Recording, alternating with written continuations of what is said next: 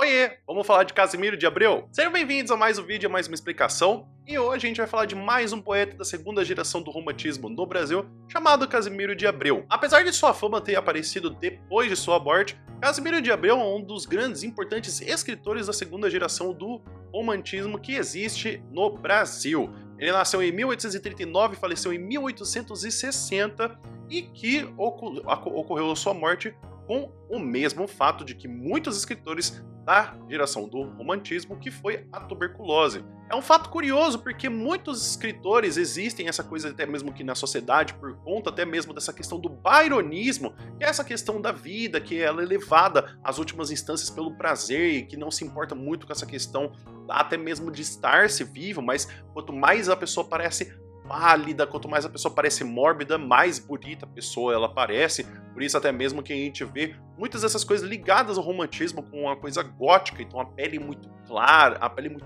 branca, o aspecto quase que morto. Até mesmo a gente vai ver muitos poemas que até mesmo fala da mulher ela sendo muito bela quando ela dorme, uma coisa meio mórbida. Casimiro de Abreu tem algumas características muito importantes, como principalmente a questão da sua linguagem muito simples. Ele fala de conceitos como principalmente as saudades da sua terra natal e que ele vai aos 13 anos trabalhar em Nova Friburgo, uma região também do Rio de Janeiro.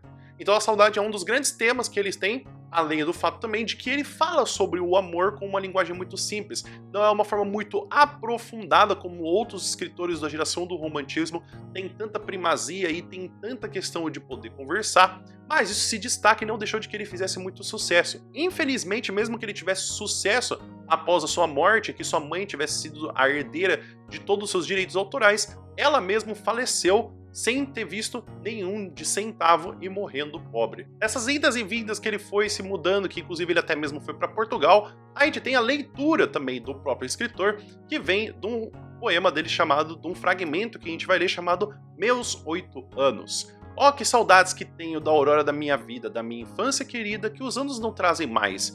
Que amor, que sonhos, que flores, naquelas tardes fagueiras, à sombra das bananeiras debaixo dos laranjais.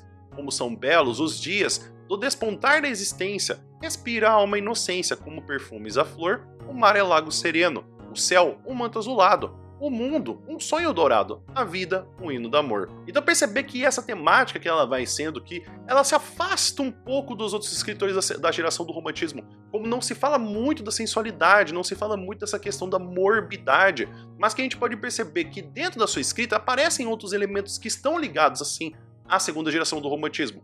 Por exemplo, a questão do saudosismo e a escapada que existe da vida real para um local que existem boas recordações ou boas ideias. Então a gente pode ter tanto esse escapismo relacionado ou pela parte dos sonhos ou pela parte das memórias, e que aqui Casimiro de Abreu utiliza a parte das memórias. Vale lembrar também que na própria vida que o próprio Casimiro de Abreu teve, foi uma vida muito boêmia, regada, assim, com muitas festividades. Então essa questão que se relaciona com a gente poder entender um pouco a vida do escritor, com o que ele escreve, ajuda a gente a entender muito bem a questão dos escritores do romantismo. Isso é uma temática que costuma acontecer bastante. Não só isso, mas a gente também tem essa brincadeira com se falar da infância. É sempre uma motivação que existe em muitos escritores de se falar da infância, que eram tempos mais simples, que havia felicidade. E mesmo que aconteça que mais pra frente do modernismo, a gente vai questionar se essas lembranças elas eram realmente boas, ou a gente faz uma comparação desmedida. Porém, aqui no romantismo a gente vê a tentativa de se utilizar as memórias da infância como uma forma de se escapar da realidade que existe, que ela é negativa. E é interessante perceber que esse próprio poema ele vai ter com que não existe uma ritmificação ou até mesmo uma rima específica para cada um dos versos. Existe sim uma padronização de metrificação, quando a gente vai ver que o poema possui redondilhas maiores, ou seja, possui 7 sílabas poéticas, o que se aproxima um pouco mais da fala do português, que nós temos a fala com 7 sílabas poéticas comumente, do que se afasta dos sonetos italianos que possuem 10 sílabas poéticas. E até mesmo o uso que existe não só mesmo dessa liberdade de não haver as rimas que são ditas especificamente para cada uma das linhas, mas o uso também das estrofes sendo metrificadas em redondilha maior e até mesmo o uso de sinal, como por exemplo os travessões que são utilizados para você poder ter uma pausa enquanto você lê.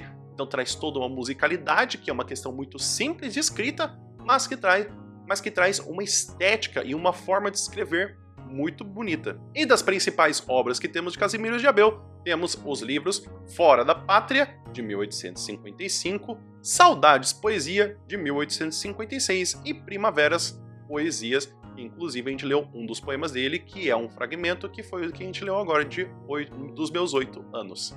Então é isso, pessoal. Espero que vocês tenham entendido, espero que vocês tenham gostado. Mais pra frente eu quero trazer também mais análises de alguns outros poemas do Casimiro de Abreu. A segunda geração do romantismo, ela é uma geração muito bela. Eu sempre fico com muita dó e sempre fico me pensando o que seria desses autores se eles tivessem vivido mais, como uma questão que deu pra perceber que a gente já analisou já 2 escritores, então a gente já viu que eles não viveram mais do que 22 anos. É uma coisa muito triste pensar que eles já eram praticamente gênios com si só, e o que mais eles poderiam ter tido com poder escrever cada vez mais. E você ficou com alguma dúvida do Casimiro de Abreu, da segunda fase do romantismo, alguma coisa de literatura? Escreve aqui nos comentários, por gentileza, pra te ajudar com essa dúvida. E pode ser que você precise dar um passinho pra trás, porque você não tá entendendo muito bem do romantismo, porque você tá vendo aí então outras escolas, ou precisa lembrar de alguma coisa, do barroco e do arcadismo, que tem essa playlist falando sobre os outros períodos literários. Mas se você tá tentando entender um pouco mais a questão do romantismo no Brasil, tem essa playlist falando sobre os períodos dos escritores do romantismo no Brasil. A gente vai ficando por aqui. Muito obrigado por todo mundo que ficou até aqui, espero que você tenha um bom dia, e a gente se vê no próximo vídeo. Até mais!